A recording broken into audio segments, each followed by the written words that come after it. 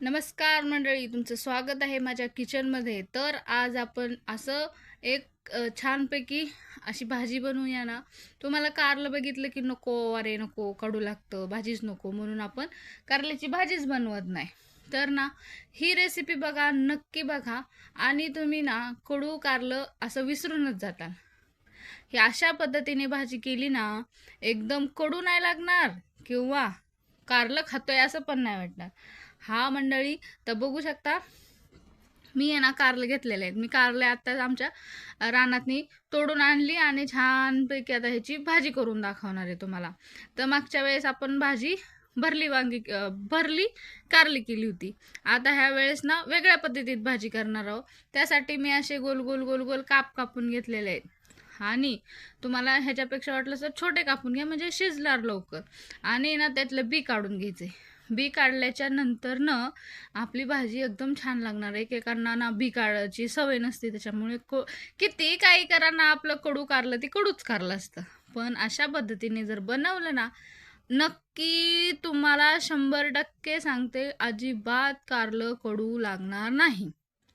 तर सगळे असे कापून घ्यायचे, त्यातले बी काढायचे. नंतर ना एका ताटात सगळे कारले कापलेले घ्यायचे. आणि सगळ्यात महत्त्वाची टिप्स म्हणजे कारले, आता आपण ना त्यात हळद आणि थोडंसं मीठ टाकणार आहोत. हळदीमुळं आपल्या कारल्याचा कडूपणा मरून जातो. आणि एक 10 ते 15 मिनटं असंच आपल्याला हळद आणि मीठ थोडंसं त्यात टाकायचं आहे.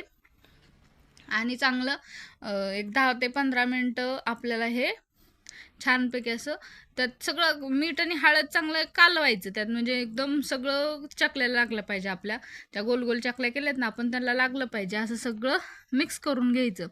म्हणजे ना आपलं कारलं एकदम कडू राहणार नाही. आतून बाहेरून सगळं लागलं पाहिजे, पिवळं जरच झालं पाहिजे. अशा पद्धतीने आपण कारलं लावून ठेवले.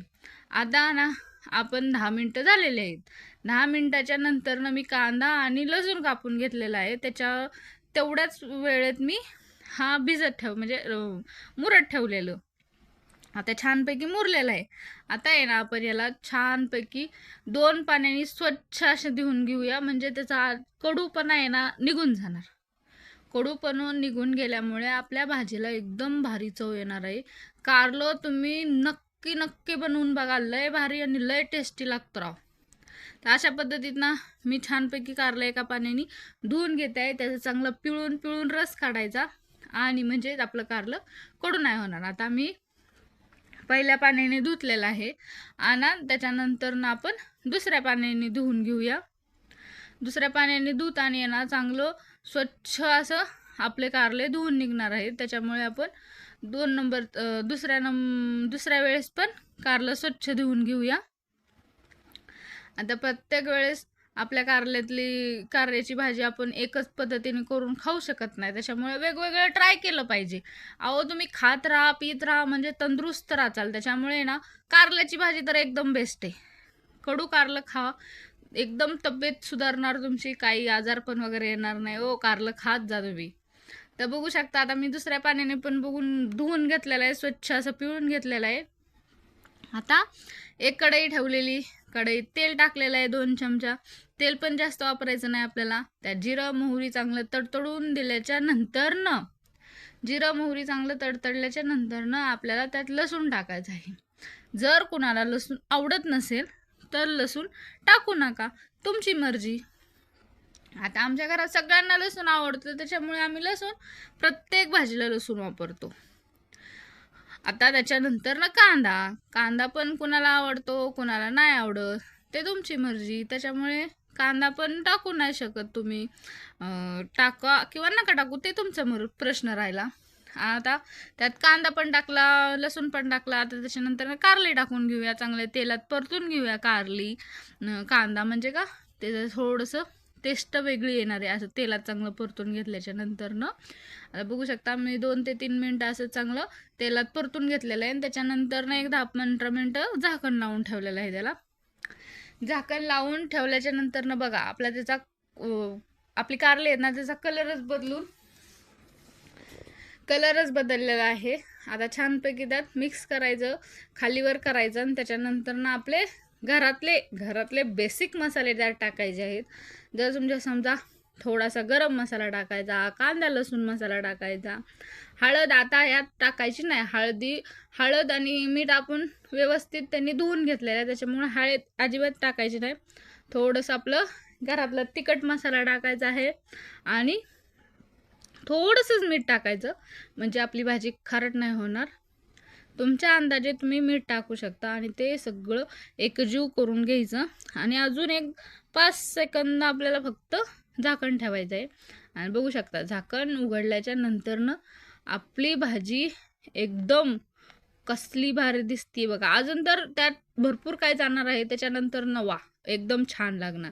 आता सगळ्यात महत्त्वाचं मला जे आवडतं ते शेंगदाण्याचं कूट. शेंगदाण्याचं कूट ना प्रत्येक भाजीत टाकलं पाहिजे. तुम्हाला शेंगदाण्याचं कूट आवडतं का नाही ते नक्की कमेंट बंद करून सांगा. आम्हाला तर भरपूर आवडतं, स्पेशली मला. त्याच्यानंतर ना हिरवा कोथिंबीर टाकलेला आहे आपण आणि चांगलं त्याला आपण एकजीव करून घेऊया. शेंगदाण्यामुळे ना आपल्या भाजीला एकदम भारी चव येणार आहे. तुम्ही वाटलंच तर अजून जास्त टाकू शकता. मी थोडंसं टाकलेलं आहे नॉर्मल. आणि 1 चमचाभर पाणी टाकायचं आहे, म्हणजे आपलं कारलं आहे ना मूसूद चांगलं शिजून निघणार आहे. त्यासाठी मी फक्त 1 चमचाभर असा पाणी टाकलेलं आहे. आता पाणी टाकून चांगलं हलवून घ्यायचं आणि मग एक अजून थोडंसं शिजायचं बाकी होतं ना, म्हणून मी त्याला अजून झाकण लावून ठेवलं. म्हणजे ना आपलं पटकन कारलं शिजलं पाहिजे, म्हणून मी थोडंसं अजून झाकून ठेवलेलं आहे. झाकल्याच्या नंतर ना पटकन शिजतं ना म्हणून. आणि गॅस एकदम बारीक करून ठेवायचा, म्हणजे पटकन शिजून निघेल. शिजल्याच्या नंतर ना बघू शकता आपली भाजी एकदम भारी लागणार आहे. तुम्ही कारलं नक्की खा आणि कारलं आपल्या शरीराला चांगलं असतं. तर बघू शकता आता मी छानपैकी आपली भाजी शिजलेली आहे. आता तुम्ही बघू शकता आपल्या भाजीचा काय दिसतंय राव. वा, आत्ताच तोंडाला पाणी सुटले. नक्की रेसिपी बघा. बघू शकता छानपैकी आपली अशी भाजी शिजलेली आहे कारल्याची. आणि आता आपण एका डिशमध्ये काढून घेऊया. बघू शकता मी कारलं पूर्णपणे शिजलेलं आहे आणि सहजपणे तुटत आहे, त्याच्यामुळे आपण कारलं बंद करायचं, गॅस बंद करायचा आणि आपली भाजी तयार आहे. छानपैकी आपण झाकण काढून घेतल्याच्या नंतर ना त्याला चांगलं एकजीव केला परत आणि बघितलं शिजले का नाही ते. बघू शकता आपल्या कारल्याची भाजी आहे ना एकदम छान आणि सुरेख दिसत आहे आणि मस्त असा सुगंध. तर आवडले असेल तर नक्की सबस्क्राईब करा, शेअर करा आणि कमेंट करा. धन्यवाद.